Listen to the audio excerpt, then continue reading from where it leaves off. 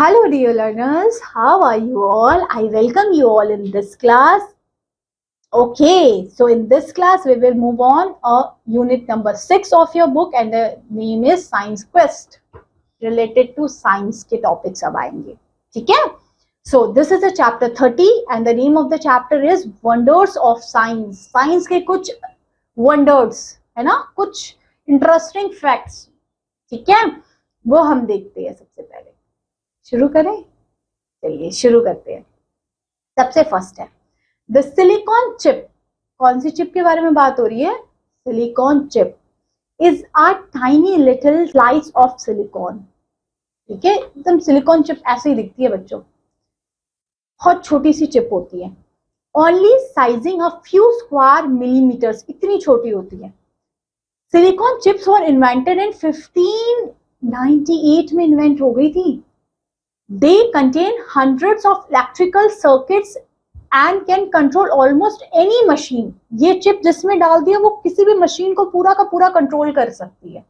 होती it's very small, but they can control the whole system of a machine. That means it's very powerful. So the name of the chip is silicon chip.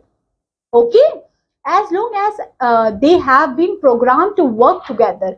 Machine like we use in everyday कौन सी machines में we can use silicon chips? We can use these chips in your cameras, in TV, in washing machines, etc. to work automatically as they are controlled by the chips. So these chips are used in the machines that we are using every day, related to mobile phone, related to TVs. All these chips are there in all these machines. Okay. Next we will talk about the rain can be artificially induced. देखिए, rain can be artificially, मतलब natural rain तो होती है जब cloud burst होते हैं तो rain होती है। artificial rain भी हो सकती है, ठीक है? Induced by seeding super coolers clouds and frozen carbon dioxide. देखिए, एक केमिकल से, साइंस की मदद से artificial rains is also possible. कि कभी ऐसा हो कि इन फ्यूचर रेन नहीं हो रही है and we need water, we need rain, so we can use this method in which cloud का फॉर्मेशन होता है, इंड्यूस सुपर कूल्ड क्लाउड्स का, एंड उसमें से कार्बन डाइऑक्साइड को इन्फ्यूज किया जाता है तो वो बर्स्ट होके फिर वो रेन के फॉर्म में हो जाता है। ओके, फिर हम मिसाइल्स के बारे में देखते हैं। Long range missiles are rockets. Long range missile मतलब जो काफी दूर तक जा सकती है, वो मिसाइल्स को कहते हैं लॉन्ग रेंज मिसाइल्स। एक होती है शॉर्ट रेंज मिसाइल जो कम दूरी तक जा सकती है।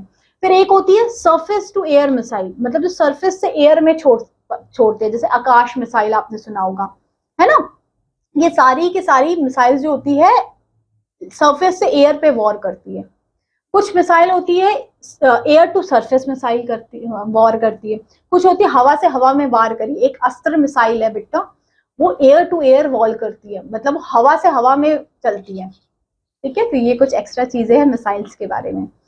सो long range missile are the rocket which can be carried nuclear bombs across thousands of kilometres. देखिए, लॉन्ग रेंज में ना न्यूक्लियर बॉम्ब्स भी रख के आप कितनी दूरी तक जा सकते हो, by flying hundreds of kilometers above the ground. The rocket burned at the beginning of the journey and provided enough speed to reach the target. सीधा रॉकेट लॉन्च किया, उसके अंदर से मिसाइल्स लगा दी और सीधा जिस भी दुश्मन पे या जहां पे भी आपको अटैक करना है, we can do. Okay, at the end the bomb can automatically steer to the different targets. जैसे ही आपने लॉन्ग रेंज मिसाइल छोड़ी और फिर वो बॉम्ब्स में अपने टारगेट फिक्स कर दिए, जैसे ही छोड़ दी फिर अपने आप वो बॉम्ब्स जिस टारगेट को आपने चूज किया उस टारगेट पे जाके वो बॉम्ब्स गिर जाएंगे। लॉन्ग रेंज मिसाइल्स कर सकती है ये, ठीक है? लॉन्ग रेंज से समझो काफी दूरी तक ये जा सकती है ना? और उसके साथ साथ न्यूक्लियर वेपन्स भी अपने साथ लेके जा सकती है। This is known as long range missiles. Next fourth one is laser is used to measure distance by counting how long it takes for a light to reach. देखिए, लाइट की speed measure करने के लिए, ठीक है?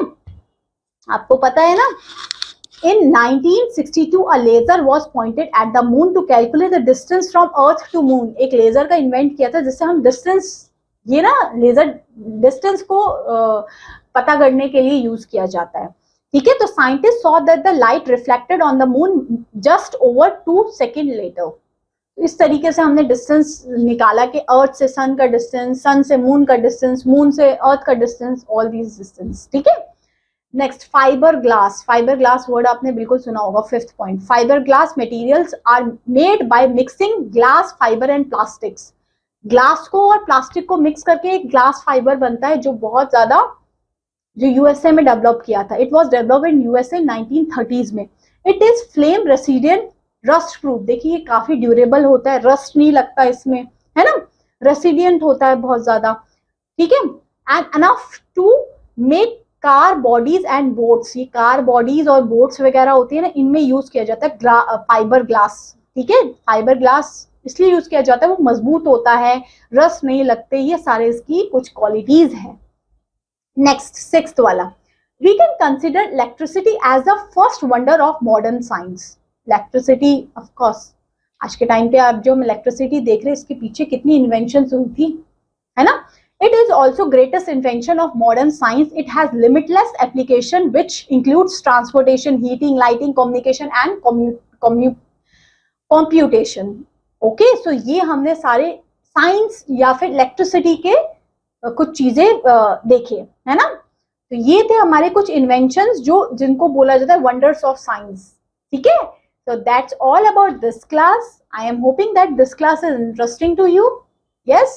तो अब आपसे मैं मिलती हूँ आपकी नेक्स्ट क्लास में, तब तक के लिए थैंक्स फॉर वॉचिंग।